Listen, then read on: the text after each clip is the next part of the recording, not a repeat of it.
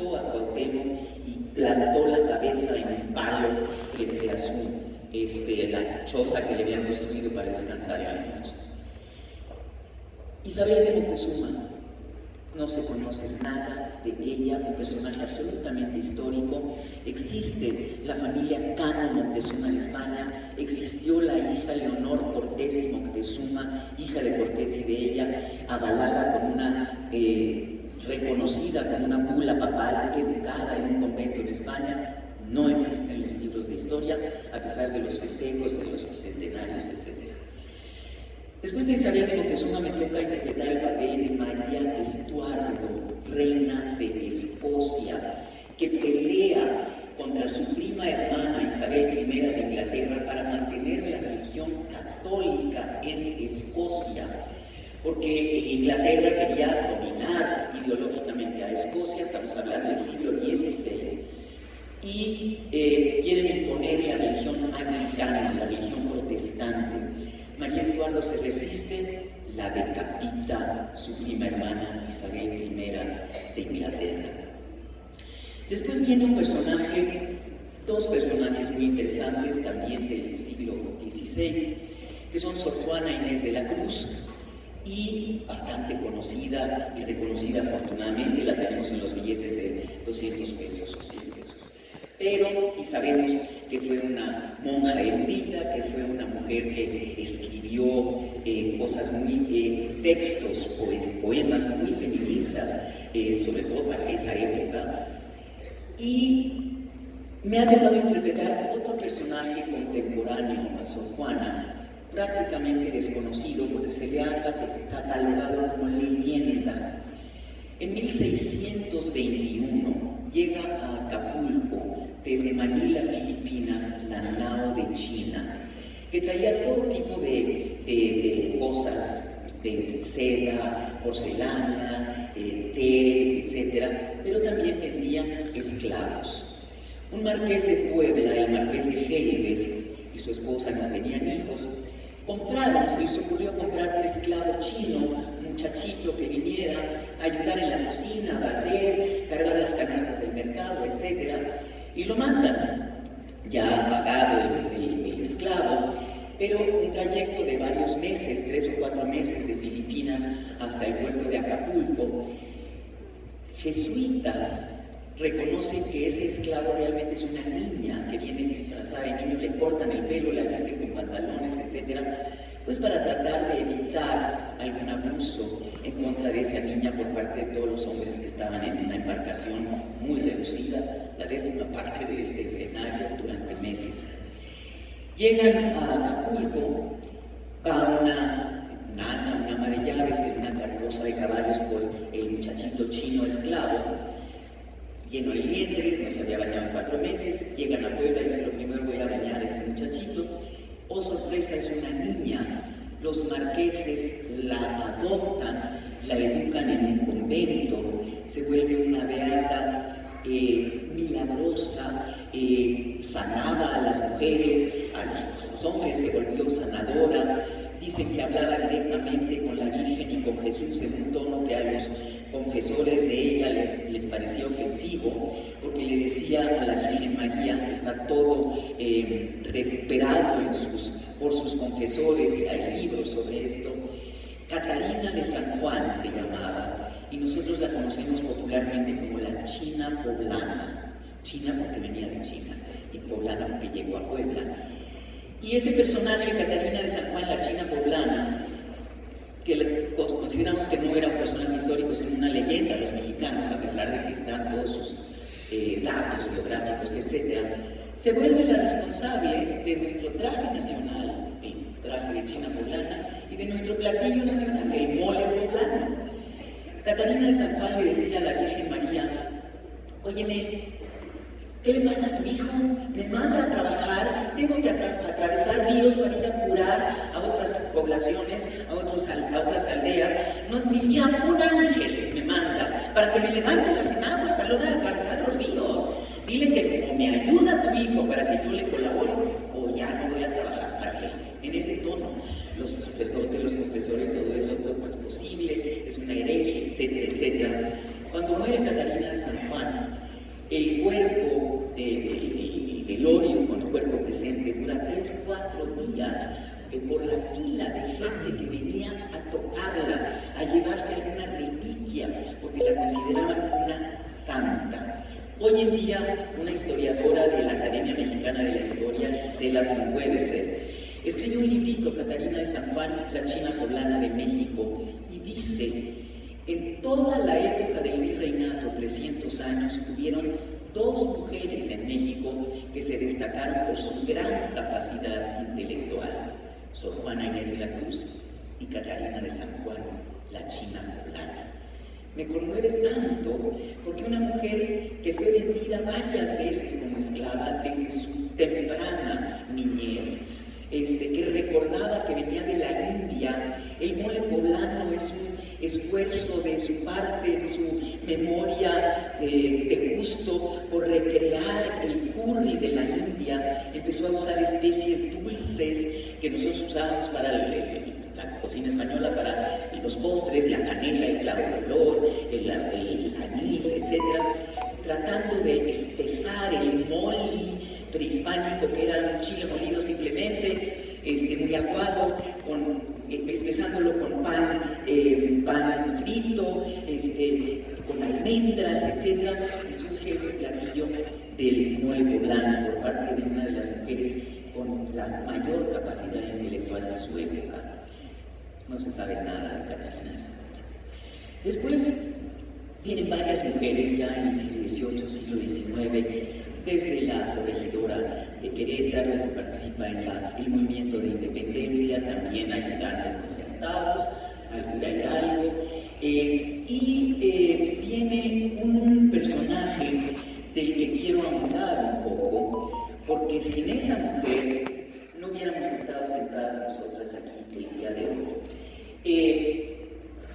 Su nombre, Amalia González Caballero de Castillo Ledón, nacida en Tamaulipas en 1898 en Ciudad Victoria. Yo me había presentado muchas veces en el Teatro Amalia, nunca supe por qué se llamaba Amalia, es en honor a ella. Primer mujer gobernadora de estado, no por elección interina, no me acuerdo si era Nayarit o Colima, ya me lo dirán los que tengan Google, pero muere el marido y entonces ella queda como gobernadora interina. Primera mujer mexicana que habla ante el Pleno de Naciones Unidas, condecorada con todo tipo de premios, medallas, no el premio Nobel, pero sí reconocida por el rey de Suecia, la Legión de Honor francesa, una cantidad de reconocimientos. Amalia González Caballero de Castillo Ledón empieza a solicitar el voto electoral para la mujer, el derecho a votar, pero también el derecho a ser votada. En los años 30 no se consigue. En esa época, los años 30, así como en las cantinas, en el Senado de la República estaba con un letrero: prohibida la entrada a indigentes, perros, niños y mujeres. Entonces se cuela Amalia al Senado y le dicen: discúlpeme, ya usted se coló por la puerta, pero no tiene derecho a hablar. Hay una situación muy extraña cuando ella muere en los 80, estamos hablando del siglo pasado, estamos hablando hace 40 años, 50 años, ya muchos habían nacido en 1980, yo sí. Ella muere y la familia solicita que los restos se integren a la rotonda columna, en ese momento todavía de los hombres ilustres, porque finalmente ella consigue el voto para la mujer mexicana en 1956. Se le niega el ingreso a la rotonda de los hombres ilustres, hoy conocida como mexicanos ilustres. Ya verán en el 86 qué presidente era, no importa. La entierran en algún panteón y hace unos 20 años más o menos, ya en el siglo XXI, hay que sumar esos restos porque el panteón entra en distinto uso de suelo, tienen que sacarla, la familia y a todos los demás que estaban enterrados, y la familia solicita nuevamente su integración a la ahora rotonda de los mexicanos ilustres. Se le niega. Entonces la reciben en Tamaulipas y la integran a la rotonda de los tamaulipecos ilustres. Posteriormente ya regresó a México después de mucho tiempo de estar en Tamaulipas. Tengo un gran amigo, director de teatro tamaulipeco, el maestro Medardo Treviño, y me dice, ¿qué te parece si para recibir los restos de Amalia hacemos una pequeña obra de teatro? Pero estábamos sentados haciendo un café con una libreta, escribe y una pluma, y me dice, como ella fue embajadora ante las Naciones Unidas, a mí me gustaría que hubiera dos escalinatas así, que bajaran edecanes muy bien vestidas, cada una con la bandera de un país, no sé qué, y luego van a aparecer personajes de la época, Diego Rivera, Frida Kahlo, Gabriela Mistral, no sé qué, y le dije, maestro, esto es pasado mañana, ¿qué vamos a hacer esto? No, yo lo voy a organizar. De hecho, lo único que nos faltaría es ir a la parisina, vamos a comprar una tafeta, azulito, claro, muy bonita, que vamos a hacer una banda con los reconocimientos porque yo iba a cantar el personaje de Amalia, y vamos a forrar unas corcholatas con papel metálico, las vamos a pegar aquí con brillo, y cuando bajes la escalera vas a tener tus condecoraciones. Dije, maestro, ¿a qué vamos a ir a la parisina? ¿Quién va a conseguir esas corcholatas? ¿Quién las va a forrar? Y PRI van a volar las corcholatas cuando baje la escalera. Perdón, maestro, en el Loli del teatro tenemos una exposición con las fotos de ella, el vestido negro de terciopelo largo que usó para el discurso de Naciones Unidas, ahí están las fotos de ella y todo. Y ahí está la banda de condecoraciones, préstenmela. Yo no le voy a hacer nada, no la voy a ensuciar, a lastimarme, no me la voy a robar. Ya nos quitamos del problema de tener que ir a la parisina. Vino un soldado del ejército a mi camerino, señora, le traigo la banda, y cuando yo me la puse sobre el pecho, la emoción fue tan grande. Posteriormente los hijos y el yerno, sobre todo, me decían, suegra, me decía el yerno, porque me dice, cuando usted apareció yo sentí que mi suegra había vuelto a nacer. Terminamos la función, muy exitosa, devolví esa banda de condecoraciones, y estaban los restos siendo custodiados por el ejército con la bandera y una llama eterna allí. Pero ya era de noche, no había nadie, entonces me dijo el maestro Medardo, ¿no quieres ir a despedirte de ella? Y estuvimos solos frente a los restos, ya los soldados se retiraron muy respetuosamente, y me acerqué a darle las gracias, porque sin Amalia González Caballero de Castillo León no tuviéramos a una señora viviendo en el Palacio Nacional, ni tuviéramos una gobernadora de Estado, ni estuviéramos todas nosotras aquí hablando de derechos humanos y de derechos justos.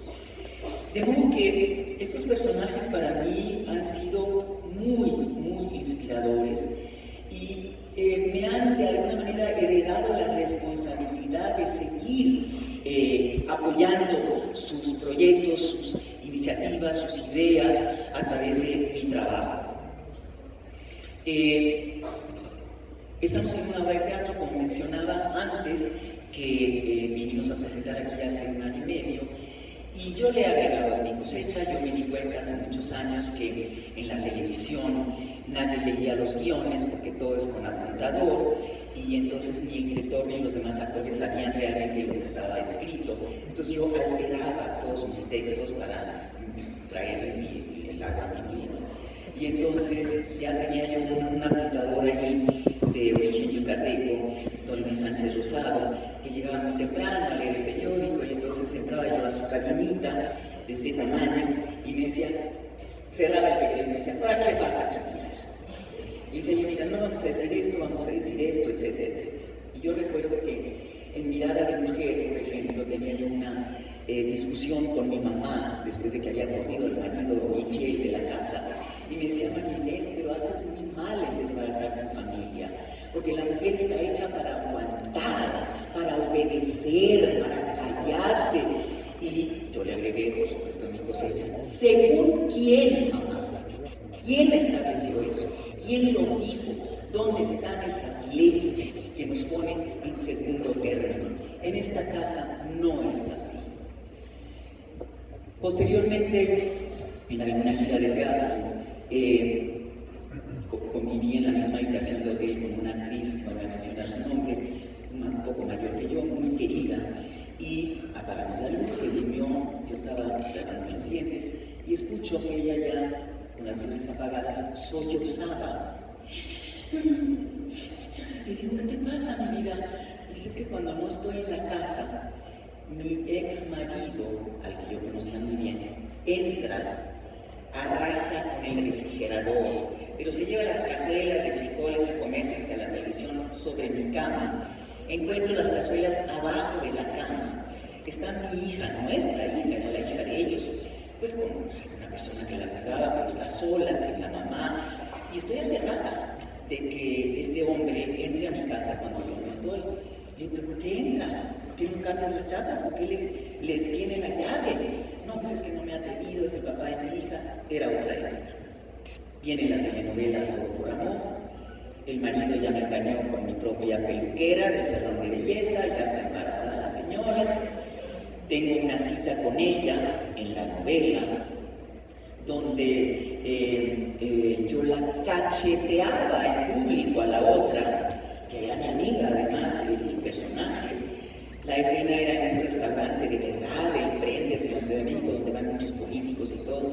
Y dije, yo no voy a hacer ridículo. En primer lugar, nunca le voy a pegar a ninguna mujer, aunque sea en una telenovela. En segundo lugar, no le voy a dar a cachetadas al público en un restaurante verdadero, no en un set de televisión. Y en tercer lugar, ella no es la culpable. El que tenía el compromiso conmigo era él, no ella. Entonces, cambio la escena completamente, no había nada que corregir. Le dije, ¿sabes qué, mi vida? ¿Podemos improvisar? Sí, claro. Rompimos el guión y la escena, en vez de ser un reclamo de cómo te atreves a quitarme al marido y todo, era así. Pues te vas a quedar con un hombre muy difícil, nomás te lo advierto. O sea, ronca, no te deja dormir toda la noche. Es muy exigente para la comida, no le va a gustar nada de lo que le cocines. Le apestan los pies, etc. Entonces, la actriz que nos hacía todo lo que yo iba a decir, dice, pues gracias, ni siquiera llamo bajo advertencia. Pero cambiamos las cosas, mi vida, no se puede antagonizar a las mujeres de esa manera, peleadas por un hombre. Yo hablé de que no me gusta el término empoderamiento, no me gusta el término madre soltera, porque una soltera es una quedada, es a la que no le hizo caso ningún señor y ahí se quedó para vestir santos. Es muy distinto una quedada, que es una palabra horrible, y además en la obra de teatro me dice Victoria Rufo, yo me llamo Frida y orgullosamente, felizmente soltera, y yo le agregué, igual que yo, porque uno no necesita estar casado para ser feliz, ni él ni yo. Entonces, el término madres autónomas es muy distinto a madre soltera. La sociedad mexicana dice, no, es invitar a una soltera a tu fiesta porque le baja el marido a todas las demás. Como si la mujer soltera no era desesperada, ¿no es cierto? Entonces es madres autónomas, no mujeres empoderadas, mujeres revalorizadas. En la obra de teatro hablamos de... Yo me sorprendí muchísimo cuando leí por primera vez la obra de las Leonas, porque es muy justa en términos de equidad de género. Y yo dije, que firma Francisco Villamure, o sea, qué hombre tan adelantado. Hay una mujer detrás de una terapeuta canadiense francesa que vive en Puebla, la doctora Lucy Perrault, que es una mujer muy informada, muy adelantada a su tiempo, muy feminista y sobre todo muy discreta, porque a mí lo que no me gusta es, como dije al principio, voltearles la cuchara. Y entonces a nosotras nos han agredido durante 30.000 años, ahora nos toca agredirlos a ellos. Y tengo muchísimo cuidado con mis compañeras actrices de que la obra no se vuelva agresiva contra los hombres, contra los señores, porque entonces se cierran los oídos y ya no escuchan el discurso. Entonces, por ejemplo, estamos en alguna ciudad del norte, allá en Monterrey, en algún lado, y al final de la obra vienen a retratarse con nosotros. Entonces un señor le dijo, oiga, estuvieron duras las pedradas, ¿verdad, caballero? Pues fíjese que no tanto, dicen que yo pues siempre jugué fútbol americano, o sea, a mí realmente se me resbalan los golpes. Lo más que lograr es que ahora me toca llevarme esta leona para mi casa. pero sube a retratarse con nosotros. Acabo de regresar de Chihuahua, hace 8 días, estaba en el aeropuerto, y me dice una señora en el baño del aeropuerto, me di cuenta que me reconoció y le cuchicheaba a la mamá, estábamos en la fila del baño, y me dice, oiga, ¿sí puedo llevar a mi marido a ver a las leonas? Porque no me va a sacar jalándome de la oreja del teatro. Le dije, no, porque no es agresiva hacia ellos, es una obra que habla de una realidad que no se puede negar. Entonces, hay cosas que, por ejemplo, les han sorprendido a mis compañeras. Habla Miss Universo, ahorita está en Japón, Monita Jones, que anda en otro concurso. Como su personaje, dice, yo soy una terapeuta que le pregunta, porque estamos en una sesión de trabajo de terapia psicológica, y le digo, ¿cómo es la relación con tu marido? Ay, mi marido es maravilloso. ¿Tienen una vida sexual satisfactoria? ¿Cómo me preguntas las cosas? Bueno, pues estamos en confianza. Le digo, ¿tienen relaciones sexuales frecuentemente? No. Hace 5 años que dormimos en camas separadas, dice el personaje. Porque dice mi marido que es mucho más cómodo así y ya nos acostumbramos. Ahí terminaba la escena o ese momento. Y yo le agregué, ¿y nunca has tomado la iniciativa en la recámara? Porque siempre tiene que ser él el que tenga deseo sexual y se acerque a ella, que en algún momento dado ella no puede ser la que tome la iniciativa en la recámara. En nuestra sociedad mexicana eso está muy mal visto. ¿Por qué? Entonces yo le he agregado una cantidad de cosas, como por ejemplo, digo yo al final de la obra, una vez quiero proponer un último ejercicio para las terapias que están en sesión de terapia, pero para que lo lleven a cabo en sus casas. Una vez que estén a solas, sin sentirse solas, quiero invitarlas a que disfruten de su propia compañía, suelten celulares, escuchen música, lean un libro, escriban, hagan planes a futuro, vuélvanse sus mejores amigas, sus aliadas más cercanas, y en la medida en la que lo logren, no van a necesitar de alguien que venga de fuera a llenar un vacío, van a sentirse plenas, satisfechas, contentas, felices. Entra el personaje y dice, ¿cuál consideramos que pueda ser en esta vida el amor más importante? Y dice otra de las actrices como personaje, pues el amor más importante debe ser el amor a los hijos. Hago una pequeña pausa y digo, el amor propio, porque nadie puede dar lo que no tiene. Y si uno no se quiere a sí misma, no puede querer a los demás. Entonces, ese tipo de consignas que van entrando suavecito, pero que van cambiando como dijo un periodista, me encantó, van cambiando la idiosincrasia del mexicano. Adoré ese término, Octavio Paz debería encantar. Sí, periodista, fuimos a hacer una rueda de medios para la presentación de una película que se llamó Tequila, Historia de una Pasión. Y entonces yo dije, bueno, pues si el señor vio la película, hacemos la entrevista, si no, ¿de qué vamos a hablar? ¿Y qué le pareció la película? Ay, me encantó, porque retrata toda la idiosincrasia del mexicano. Hace 20 años, yo colaboro con una asociación que se llama MAM, Mujeres Aportando a Mujeres, que encabeza la licenciada Verónica Navarro, gran feminista. Y hace 20 años se conformó este manual de violencia doméstica, que es un libro de trabajo, ¿no es cierto? Yo colaboré, está avalado por la UNAM. Era muy importante en ese momento porque doméstico se volvió un nuevo término a diferencia de violencia intrafamiliar. Si de pronto llegaba el vecino o el chofer del Uber a violar a la señora, pues no es violencia intrafamiliar porque no es su familia. No, estamos hablando de lo que sucede abajo del domo de la casa, de la violencia doméstica que sucede adentro del domo, que es la casa hogar. Este es un libro muy importante que deberíamos reproducir. Acabo de hablar con nuestras señoras anfitrionas de INIF y Gobierno del Estado, porque es un libro de trabajo. Hay cuestionarios, hay esto para especificar los grados de violencia y para tratar de resolver en cada uno de ellos. Aquí es donde se empezó hablando de violencia de género, que no es nada más la violencia de golpes, ¿es cierto? La violencia psicológica, la violencia económica, lo que ya se maneja de manera mucho más habitual. Pero este manual yo me siento muy orgullosa porque realmente es un libro muy, muy útil. Aquí hay un libro escrito por una feminista colombiana que se llama Mujeres sin receta.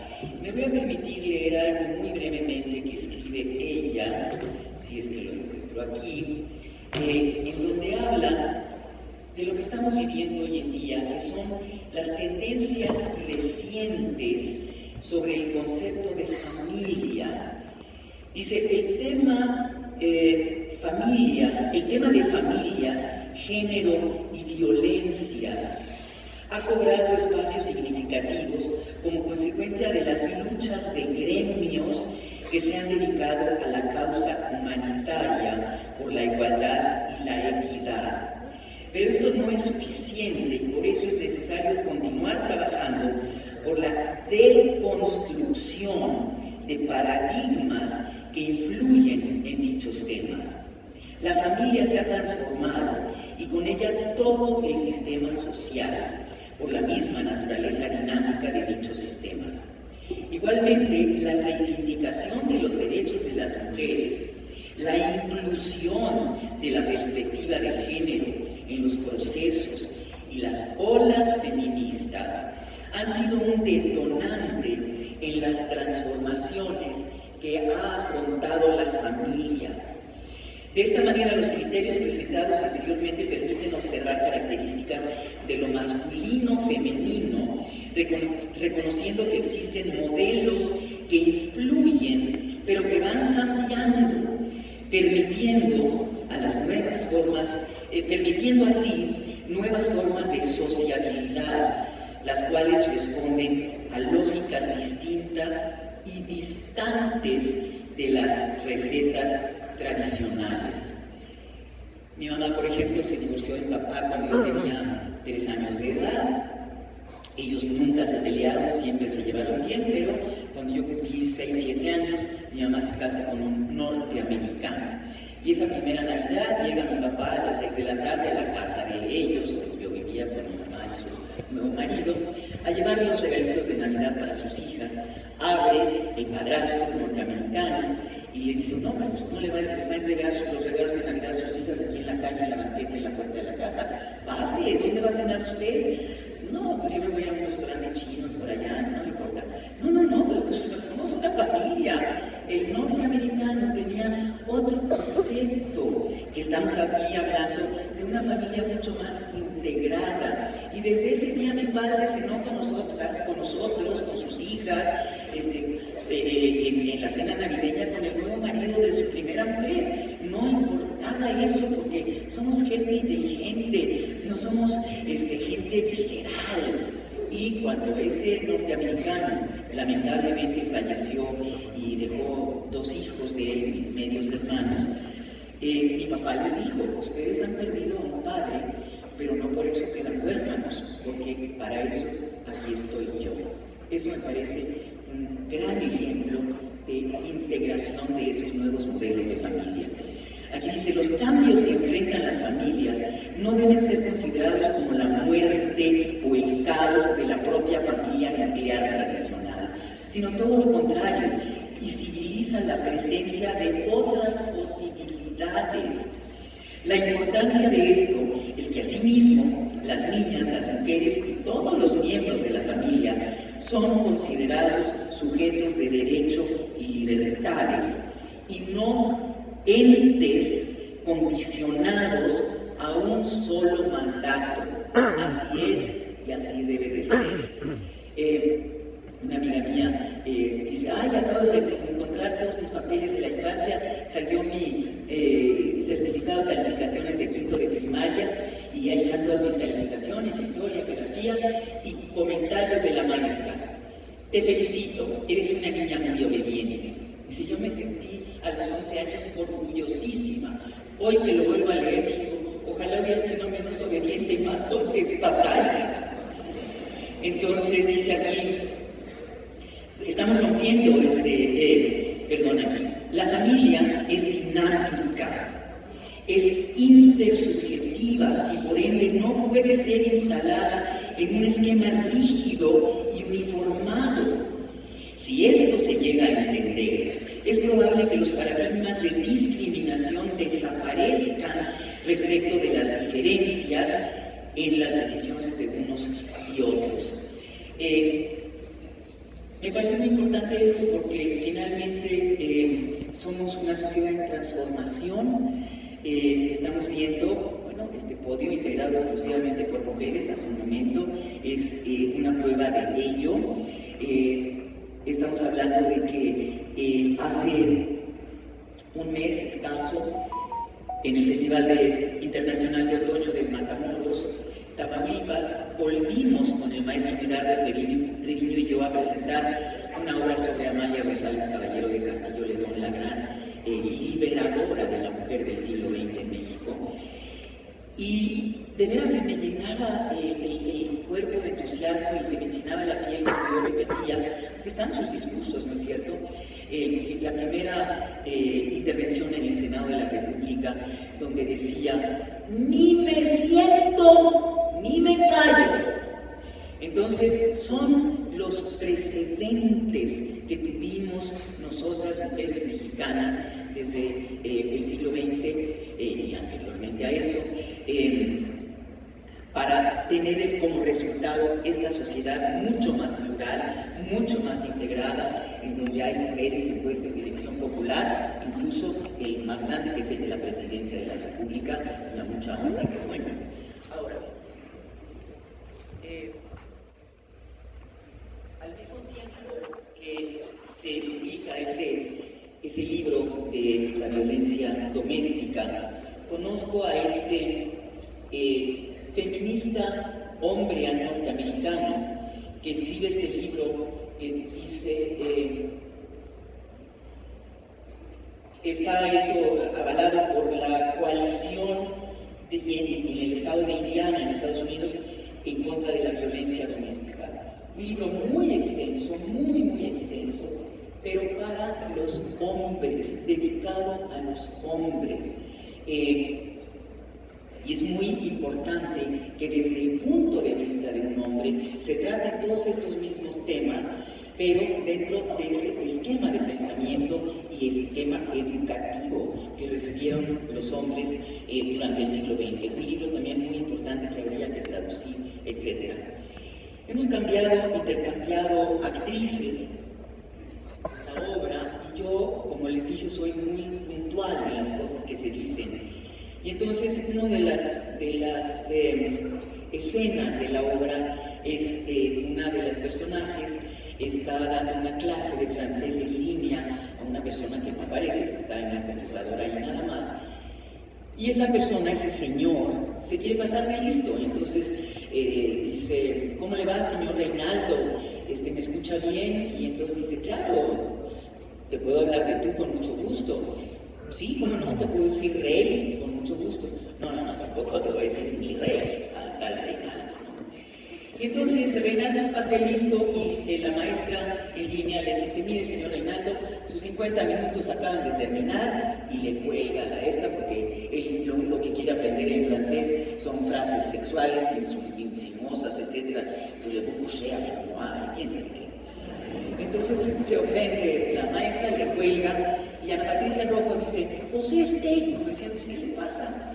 Pero en un momento dado entra Lalita Flores y dice, sus 50 minutos han terminado, y dice, todos los hombres son iguales, olores asquerosos, no tienen remedio.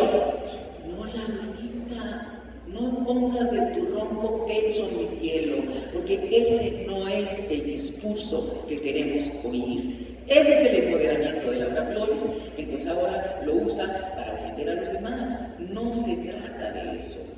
creo yo.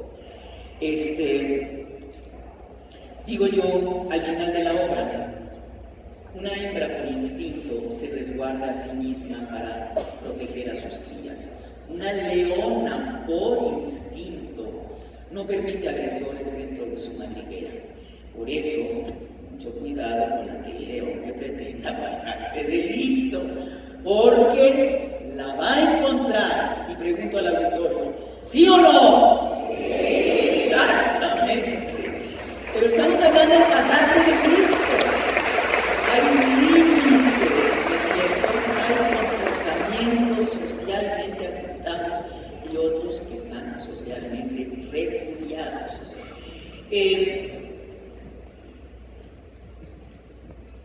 Algo más que les quería decir respecto de esto es que llego al estado de Chihuahua y me sorprende mucho, estoy hablando hace una semana, porque vamos de Chihuahua a Ciudad Juárez y hay unos espectaculares en la carretera que dicen mejores, ¿cómo se dice? Mejores recursos, mejores apoyos económicos a las mujeres trabajadoras. Otro que dice, a propósito de mí, mejores guarderías para las madres trabajadoras. Yo dije, bueno, en vez de estar anunciando cerveza o cualquier tontera, estamos hablando, para que lo lean todos los camioneros, etcétera, de mejoras que se necesitan en la sociedad para que la mujer pueda desempeñarse de mejor manera. Me dio mucho gusto eso, porque finalmente esta violencia, como decimos, como dije al principio, ya lo que queremos ya no es visibilizarla, sino erradicarla. Para lo cual es muy importante educar a los niños de chiquitos. Yo me acuerdo que cuando yo estudiaba en Inglaterra, mi mamá, yo creo que aprovechando que estaba tan lejos, me mandó a mi hermanito, que en ese momento, mi medio hermano, que es mi hermano, que hoy vive en San Francisco, California, y me lo mandó en el verano a pasarlo allá en Inglaterra. Entonces le dije, mi vida, aquí no hay nadie que ayude, no hay que hacer doméstico, todos hacemos todo, no hay nanas, no hay nada, entonces hay que hacer, aspirar la casa. Y me dice, no, pues es que no sé usar una aspiradora, tenía 9 años. Le dije, a ver, ¿sabes hacer así? Sí, pues bueno, con tapete, que sea, no hay más. Están los voladores de Papantla en el Museo de Antropología e Historia de manera permanente. Yo tengo ahora muchos niños chiquitos alrededor mío, una sobrina nieta, pero muchos ahijados, entrenados, sobrinos, nietos directamente. Y los llevo no solamente a ver esa ceremonia ritual, ancestral, maravillosa, que ellos dicen que el descenso de ese palo de 35 metros es el descenso de Quetzalcóatl al planeta Tierra. Y entonces los llevo porque tengo amistad con la señora Mundita y me pongo de acuerdo con ella. Ahorita voy a traer unos niños, usted tíreles el rollo de Quetzalcóatl. Me dice, ¿cómo no? Entonces me acerco, ¿quieren una reproducción de Quetzalcóatl? Sí. Yo coméntele, señora Mundita, que dice, bueno, Quetzalcóatl era un dios benévolo que trajo todo lo bueno que tenemos el ser humano. El habla, el canto, la música, la inteligencia, la capacidad de expresarnos, el arte, y dice Lucas de 7 años, sí, pero también era un guerrero feroz. Bueno, pero al mismo tiempo era un Dios que nos enseñó, no, mira, cada quien tiene su versión de Quetzalcóatl, dice el niño, pero al mismo tiempo se rompen los paradigmas cuando estos niños, sobre todo los varones, pero también las niñas, ven a esos hombres, voladores de Papantla, gente ruda de campo que acaba de bajar ese palo de cabeza y de pronto se sientan allí en la orilla a bordar. Ver a un hombre cosiendo con una aguja, no tendría por qué ser algo extraordinario. Rompe paradigmas que vienen heredados, ya ni siquiera estamos conscientes de ello. Entonces está bordando con Shakira unos trajes divinos, nos sentamos a platicar con ellos, etc.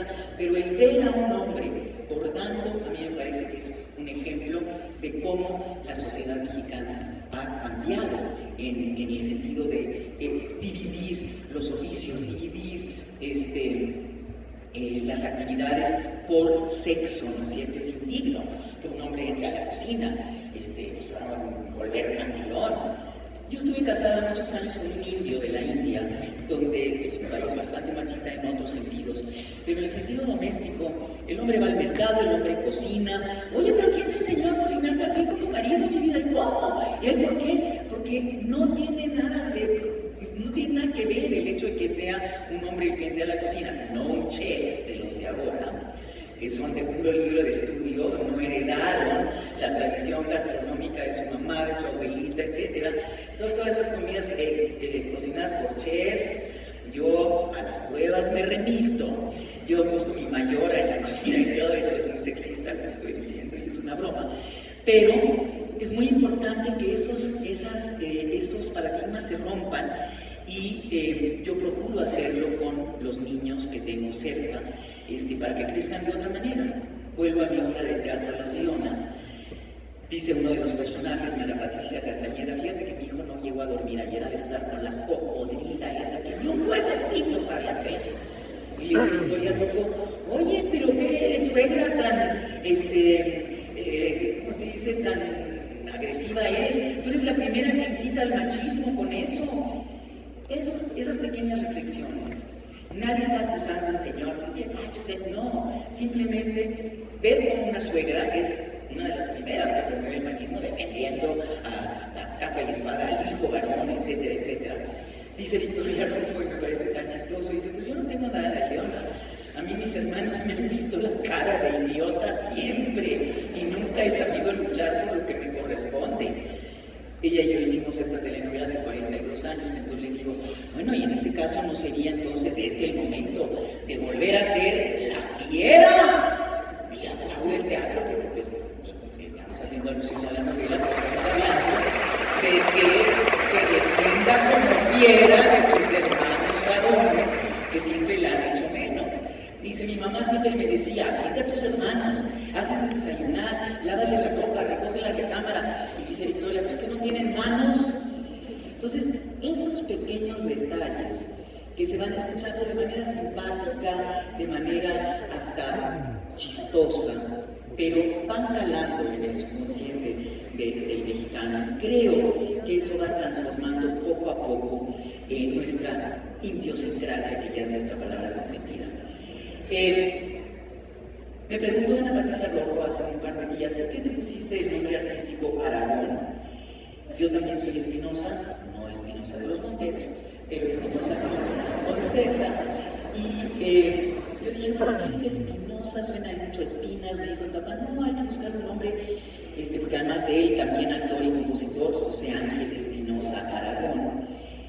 Y Aragón, apellido de mi abuela paterna, que murió cuando mi papá tenía 5 años, 4 años, de quinto parto, Fredeslinda Aragón Castello, llevando la comida a la labor, al campo, a mi abuelo, que se dedicó a tener 24 hijos, el señor, y logramos nosotros solos en todo el estado de Sinaloa. Y como buen macho mexicano del siglo XIX, ya no. Y entonces, a mí siempre me llamó la atención esa mujer a la que no conocí, mi papá casi tampoco, porque pues uno no recuerda necesariamente a todas las personas que conoció a los 5 años, aunque hayan sido su mamá en esta vida. Y me parece que es el símbolo del sacrificio de una mujer a principios del siglo XX. Una mujer que a los 19 años había tenido 5 hijos y que muere desangrada en el monte, tirada en el campo, por llevarle al marido la comida a la labor. Como deja un niño recién nacido, mi abuelo inmediatamente trae a otra señora, pues para que una nodriza inicialmente, pero hay otros 4 chamaquitos, hay que cocinar, lavar la ropa, etc. Él no lo va a hacer. Y entonces, mi papá tuvo muchos medios hermanos, al grado de que en algún concurso de las piernas más bonitas, todo ese mercado de carnes a mí me molesta mucho, no se lo digan a Anita Jones, yo sé mucho. Dije, pero ¿por qué la mujer de los concursos de belleza tiene que ir en traje de baño con zapato de tacón? No, pues para que se le vea más estilizada la pierna, para que se le vea, o para que los señores le vean más estilizada la pierna. A mí no me gustan esas pasarelas, pero había el concurso de las piernas más bonitas, Canon Mills, o quién sabe qué están sonando hace bastantes años. y me invitaron a mi papá, que era pues, ya un sinaloense conocido, de jurado entre varios otros señores, y él votó por la número 3 que no ganó. Entonces se acerca a ella al final y dice: oiga señorita, pues me da mucha tristeza que no haya ganado, yo hubiera querido que usted ganara usted, yo voté por usted, pero pues para desagraviar me permite invitarla a cenar. Pues no, fíjese que no se va a poder. ¿Por qué? Porque vengo siendo su hermana, señor. O sea, esas sorpresas que hace la vida cuando el abuelo se dedicó a procrear. Pero muy interesante, hablando de las familias, de cómo se van transformando, muy interesante este hecho alrededor del mundo en el que los jóvenes están teniendo cada vez menos hijos. Entre más trabajo, y trabajo, estamos hablando profesional, de responsabilidad social, etc., tenemos las mujeres, menos tiempo hay para encargarse de lo doméstico, como el marido no necesariamente colabora. Optan a las mujeres jóvenes por no tener hijos. Entonces es muy interesante lo que está sucediendo, digo yo, porque ¿a dónde va a llegar esta sociedad? En donde nos volvemos todos viejos y no hay quien nos atienda. En Alemania, la que fue primer ministro Angela Merkel recibió a fines del año pasado, principios del siglo pasado, principios a una cantidad de inmigrantes de los países musulmanes, no sé qué, y los alemanes: no, ¿qué es este horror? Nos estamos llenando aquí de árabes, no sé qué. Sí, mi vida, pues son árabes que van a trabajar en los asilos para limpiarles las nalgas a todos los viejitos que ya son incontinentes, que son la mayoría de la sociedad alemana. Entonces, una cosa por otra, ¿quiénes son los jóvenes que van a heredar la estafeta en este planeta? Y hablando del tema específico que nos reúne aquí, tenemos que terminar. El papel de la mujer en la sociedad actual, a mí me parece que más allá de seguir consolidando estos derechos que ya estamos viendo, se están visibilizando, que ya están integrados en la Constitución, etc. Creo que es muy importante que nos ocupemos, sobre todo las mujeres, hombres y mujeres, pero estamos hablando en este caso hoy de la mujer en la sociedad actual. Creo que es muy importante que nos ocupemos de atender a nuestra madre naturaleza. Estamos ante un futuro muy incierto por parte de la sobrevivencia de este planeta. Estamos ante la desaparición de cantidad de especies animales. Yo me he dedicado, y bueno, de plantas y de todo, no hay agua en el planeta, he estado oyendo que están construyendo unas estructuras que llaman centros de acopio de datos para la inteligencia artificial. Piénsenlo desde esta perspectiva. Sí, que vale, aquí es el celular, me dice todo, en qué año nació Benito Juárez, aquí sale todo. Sí, pero ¿a qué costo? Esos centros de acopio de datos para la inteligencia artificial consumen 1000 litros de agua limpia, agua pura por segundo. Si hay alguien que estudió aquí matemáticas, multiplique por 60 segundos un minuto, por 60 minutos una hora, por 24 horas en un día, ¿cuánto gastan en agua esas instalaciones? Estamos ante un problema de gran falta de agua en el planeta.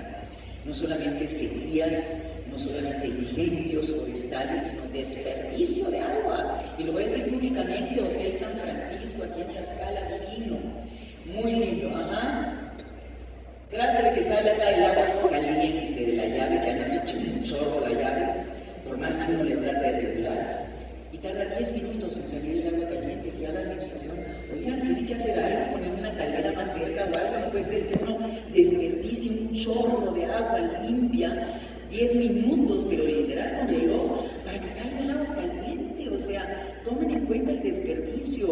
Me decía Ofelia Medina: yo no soporto al señor que abre la llave para limpiar el rastillo mientras está rasurando y sigue rasurando y la llave abierta. Ciérrele.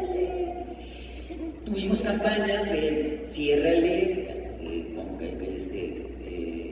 cuida el agua hace años. Tuvimos campañas de reciclaje de basura. Y yo me acuerdo que Televisa pusieron, hace años, estoy hablando de 40 años, 3 basureros, orgánica, inorgánica y plásticos, o lo que haya así. Y entonces yo dije, vaya, por lo menos una iniciativa, ¿no? Adelantada a su tiempo. Ajá, veo al señor de la basura que va y recoge las 3 bolsas en una sola. Y digo, oiga, mire eso, no, pues que nomás me dan una para recoger todo.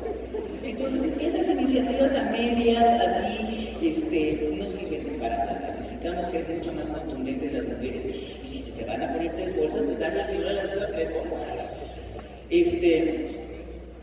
Yo veo que el servicio de basura en la Ciudad de México, no sé aquí en Tlaxcala, pero en toda la Ciudad de México, que es un servicio municipal de las alcaldías, la pepena de la basura se realiza a cielo abierto en cada esquina. ¿Cómo es posible que se permita eso? Que bajen bolsas y bolsas, ya están escogiendo en la banqueta el planear de esto sucio y no sé qué, para robarse, ¿no? Lo que hacen, el aluminio, el vidrio, o lo que sea. Eso no debería de permitirse. Hay camiones que compactan la basura en ladrillos para construir, etcétera, y no hacer ese reguero en cada esquina. Yo cada vez tomo fotos porque son así montañas de basura en cada esquina de esos pepenadores que dan de uniforme. Entonces, esas cosas a mí me preocupan y me duelen mucho, porque nomás nos hacemos tontos. Entonces, creo que el papel de la mujer en la sociedad actual tiene que ver con esta responsabilidad de cuidar a nuestro planeta. Yo pertenecí hace algunos años que me interesa erradicar la violencia en contra de todo, no nada más de la mujer, en contra del planeta, de lo que estamos hablando, en contra de los niños, en contra de los animales. Pertenecí a la Fundación Internacional para el Bienestar de los Animales y su Hábitat en Boston, Massachusetts. Ellos pagaron 5 años los costos legales de un juicio que se estableció por parte de la agrupación en defensa de las ballenas grises que vienen a la costa pacífico de Baja California Sur a tener a sus crías en un lugar llamado Laguna San Ignacio. Llegan 300 ballenas grises que miden 26 metros de largo. Tal vez lo que mide este escenario, el que sea arquitecto y tenga cálculo de ingeniero, ¿cuánto mide esto de largo? De ese tamaño cada una, 300. Vienen con sus parteras, porque claro, la cabeza está allá, el hijo nace allá y ya quiere se da la vuelta a la ballena, ya no sabe cuál es su ballenato. No, mira, ahí está la partera para encauzar al bebé hasta que se vuelan, hasta que se prendan las chichis y ya ese es el mayor. Mitsubishi, la compañía japonesa, quería establecer una segunda salinera en Laguna San Ignacio. Ya tienen una en Guerrero Negro, que es un desastre ecológico, porque sacan la sal de mar, pero queda toda una salmuera, ya no vuelve a crecer nada ni nada. Estábamos perdiendo el juicio contra Mitsubishi después de 5 años, y por parte de la Semarnat, por parte de estas instituciones y de IFAO en Boston, se invita a las autoridades a un viaje a Laguna San Ignacio para hacer un escándalo mediático. Iba prensa japonesa, etcétera, y tratar de salvar ese lugar que es prístino, o sea, intocable. Y íbamos el viernes en la mañana a Mazatlán, Sinaloa, y de ahí en un avión privado a Laguna San Ignacio, donde hicieron una pista de aterrizaje con conchitas de maíz, donde no hay nada.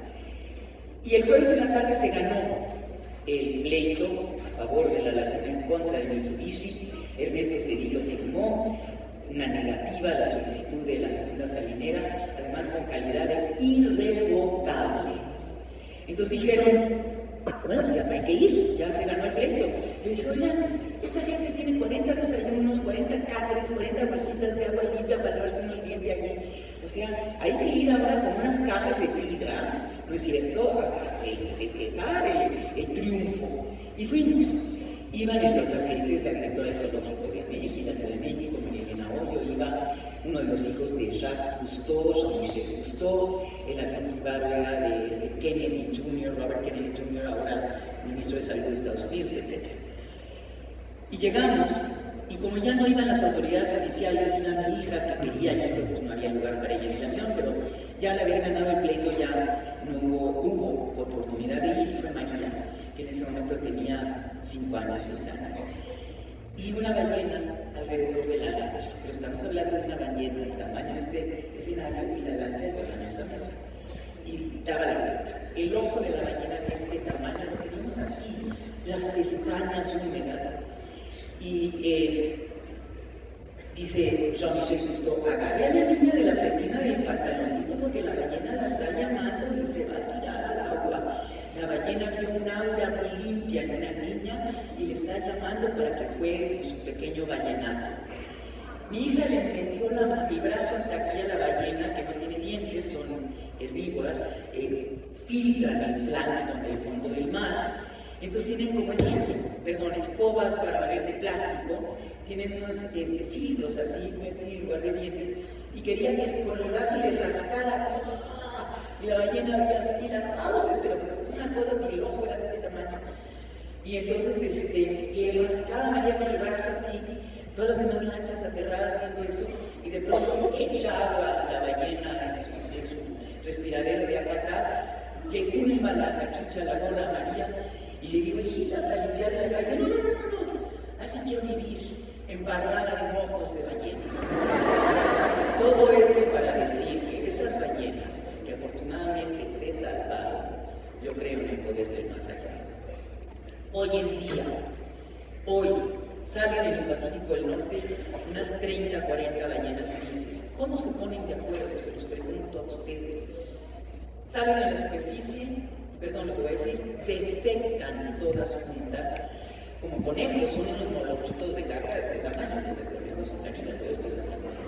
Entonces, empiezan en círculos concéntricos ellas a nadar para juntar toda esa materia fecal orgánica y formar una isla para que ahí surja el sargazo y purifique el agua del mar. Nuestras costas del Caribe están invadidas de sargazo. ¿Por qué? Porque el sargazo viene a purificar el agua de todo el aceite y bloqueador solar que todos los turistas ahí echamos en el agua del mar. O sea, todas esas construcciones de Cancún, acá por el lado de Acapulco, ¿cómo se llama? Lugares elegantísimos de hoteles y todo el cascajo lo tiraron en los arrecifes de coral. Esa es la labor de la mujer en la nueva sociedad, o en esta sociedad actual. Impedir esos daños ecológicos que los señores perdonan, son sus responsabilidades, mi vida, no les importó. Al arquitecto dijo, ay, no, vamos a gastar en un camión que venga a recoger todo el cascajo, échelo al agua, se mueren los arrecifes de coral. Ahora estamos teniendo que poner nidos artificiales en la reserva de los Montes Azules, en Chiapas, para que regresen las guacamayas. Estamos teniendo que poner una especie de implantes de los dientes en el mar para que regrese el coral. Yo siento que esa es la labor principal de la mujer de la nueva sociedad en este siglo XXI. Velar por la sobrevivencia de este planeta, y en la medida en que sobreviva el planeta, nosotros podremos vivir con más dignidad y ser más felices. Muchas gracias.